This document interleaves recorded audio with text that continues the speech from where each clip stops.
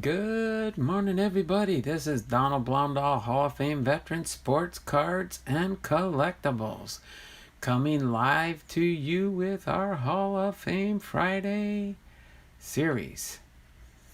Hopefully you guys are having a good start to your Friday. Sorry, this is going to be a pre-recorded Hall of Fame Friday special edition. But I will be busy. This morning when you watch this, I will be at Tahoma National Cemetary in Washington State.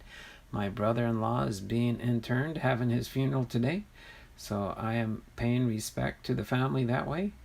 But I still wanted to get my content up. So without further ado, we are going to get in. This will be a shorter video than usual for my Hall of Fame Friday. But we will be going over the two Hall of Famers that we have featured here. Sam Crawford, inducted in 1957 into the Baseball Hall of Fame. And Joe McCarthy, which was a New York Yankees manager. All right.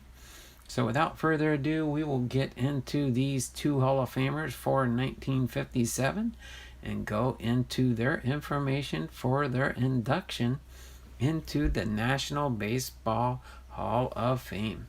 So Sam Crawford, his full name was Samuel Earl Crawford, inducted to the Hall of Fame in 1957. His primary team was the Detroit Tigers, and his primary position was a right fielder. And this is one of his baseball cards I've got here, honoring his 1957 induction into the Hall of Fame. If we were looking for a model for a statue of a slugger, we would choose Sam Crawford. Baseball Magazine in 1916 said of him, "Wahoo Sam." Crawford began his baseball career playing semi-pro ball around his birthplace of Wahoo, Nebraska. He rose quickly through the minors, debuting at age 19 with the Cincinnati Reds in September of 1899, batting .307 in 31 games. After moderate success in the 1900s, he emerged the next season, hitting .330 and leading the league with 16 home runs. The consistent Crawford would hit .333 the following year and .335 in 1903 when he jumped to the Detroit Tigers. In 1903 also marked his second consecutive year leading his league in triples with 25. The triple was a specialty of Crawford's, who finished his career with a big league record of 309 three-baggers legged out in the cavernous ballparks of the dead ball era. With outfield contributions from Crawford and young Ty Cobb, the Tigers broke out in 1907 to win the first of 3 consecutive pennants. Crawford led the league in runs in 1907 while hitting .323. The next year, he led in home runs with 7, batting .311. In the third straight pennant year, in 1909, he hit .314, leading the league in doubles with 35. Though there would be no more pennants for the Tigers with Crawford, he remained one of the top hitters in baseball. In 1910, he led the league in triples and runs batted in, the first of 3 times he would lead the league in that category. In 1911, he batted .378, the highest mark of his career. He led the leagues in triples 3 consecutive years, beginning in 1913, and in RBIs in 1914 and 15. The 1917 season marked the final big league campaign for Crawford, who led the league in triples 6 times, home runs twice, RBIs 3 times, total bases twice, and once each in runs and doubles. For his career, he batted .309 over 19 seasons. He stole 367 bases, drove in 1,523 runs, and scored 1,391 runs, hit 458 doubles, and rang up 2,961 hits. My ideal of batting is a thing that should be done unconsciously, Crawford said. If you get to studying it too much, you will miss it altogether. Crawford was elected into the Hall of Fame in 1957, and he passed away on June 15, 1968. With the rabbit ball they're playing with today, He'd have been one of the greatest home run hitters of all time, said Ty Cobb. All right, his career stats and career at a glance. He played in 2,517 games with 9,570 at-bats, 1,391 runs, 2,961 hits, 458 doubles, 309 triples, 97 home runs, 1,523 RBIs, 367 stolen bases, 760 walks. He had a batting average for his career of .309, an OPS of .814, an on-base percentage of .362, and a slugging percentage of .452. So during his baseball career, he played for the Cincinnati Reds from 1899 to 1902, and with the Detroit Tigers from 1903 to 1917.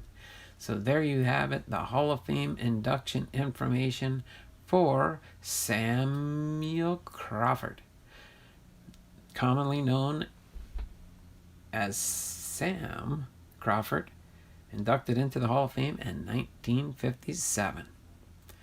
Now on to our second Hall of Famer for today, and our last one is Joe McCarthy.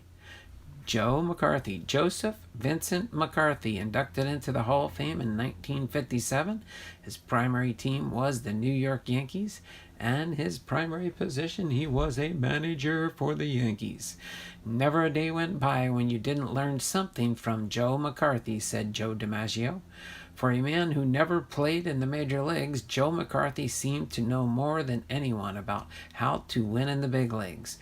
Under his tutelage, the Bronx Bombers ran off one of the most dominant eras of any base team in baseball history, winning 8 American League pennants and 7 World Series titles in a 12-year period, including 4 straight fall classics from 1936 to 1939. Nicknamed Marse Joe, short for Master Joe, as a reflection of his firm grip on his teams. McCarthy played 15 years in the minor leagues as an infielder, but could never break out into the big stage. He began his managerial career with successful minor league stints in Wilkes-Barre and then Double-A Louisville before getting his first big league shot with the Chicago Cubs. In 1926, McCarthy inherited a Cubs squad that had flopped into the coal hole. The previous season, according to Chicago sports writer James Enright, in the span of 4 seasons, McCarthy methodically raised the Cubs from 8th place to the National League pennant in 1929. Chicago lost the 1929 World Series to Connie Mack's Philadelphia Athletics, and McCarthy's contract was not renewed after the 1930 season.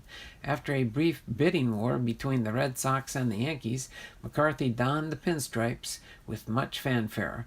One New York newspaper wrote, "The coming of McCarthy to New York is one of the biggest achievements of the American League since Colonel Rupert engaged the late lamented Miller Huggins 12 years ago. McCarthy is a figure of national importance. He is enjoying his friendship and sympathy of millions of fans who want to see him vindicated."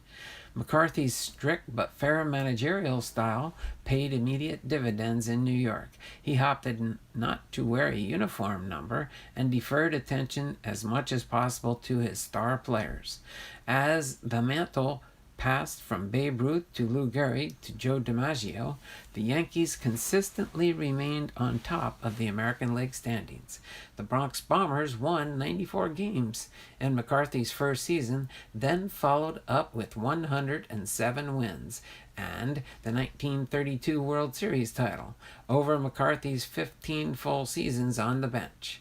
The Yankees averaged almost 96 wins per season and won nearly 63% of their contests, while leading one of the greatest collections of talent the game has ever seen, including Ruth, Gehrig, DiMaggio, Bill Dickey, Lefty Gomez, Tony Lazzari, and red roughing. McCarthy always kept his squad focused with a steady hand and a devotion to professionalism. His ball players play the part of champions at all times, wrote the Sporting News. Their dress and deportment in hotels and on trains was always McCarthy's concern, and so successful were his methods that it was always easy to pick out a Yankee in a crowded lobby, even in Boston. McCarthy eventually retired from the Yankees 2 months into the 1946 season, but later returned to manage the Red Sox. From 1948 to 1950. He left the game for good in June of 1950. With the highest regular season winning percentage of .615 in history, along with a then record 30 wins in World Series games. McCarthy holds the Yankees franchise record with 1,460 wins and is tied with fellow Yankees skipper Casey Stengel for the most World Series titles as a manager with 7. McCarthy was elected into the Hall of Fame in 1957, and he passed away on January 13th, 1978. As far as his career stats, he managed through his career 3,487 games. He had 2,125 wins and 1,333 losses, giving him a winning percentage through his managerial career of .615. He managed 3 different baseball clubs during his managerial tenure. The Chicago Cubs from 1926 to 1930. The New York Yankees from 1931 to 1946, and the Boston Red Sox from 1948 to 1950. So there you have it, our second and last Hall of Famer for 1957, Joe McCarthy. So hopefully you guys enjoyed this short, ever so short, but sorry for the inconvenience. Just to give you a heads up for tomorrow, if you are watching this video to the end, tomorrow we will have another sale. We'll have red, white, and blue mystery packs for sale. And then also along with that, we will also most likely open up a Topps 2020 Series 2 Hobby Box. This will be box number 3 of 12 in the case that I got from my friend in Cooperstown. So other than that, I think that's about it for today. I know today was a short video, but it will allow me to continue on the schedule with the Hall of Famers. I am pretty sure we will be finishing up this type of Hall of Fame type material as far as going through all the Hall of Fame inductees from present day, working our way back. So pretty much the years we do have left in our Hall of Fame inductee series is as follows. Let me see if I can. So we've got 1950s. We got 1, 2, 3, 4, 5, 6, 7, 8, 9, 10, 11, 12, 13, 14, 15, 16, 17. We have 17 more weeks, which should get us through the summer and into the fall. And then I am working on setting up my next series, which will take a lot longer to complete. But we will work on that, and then at the same time when we do that series, I'll be putting a different twist on my Hall of Fame Friday content. Okay? So other than that, I'm going to go ahead and get ready to wrap things up. Of course, give you a sneak peek and a preview for next week for our 1956 Hall of Famers. And our next week's, we'll have 2 Hall of Famers that were inducted in 1956, and that was Joe Cronin, 1956 Boston Red Sox shortstop, and Hank Greenberg, inducted into the Hall of Fame in 1956, and he was a Detroit Tigers first baseman.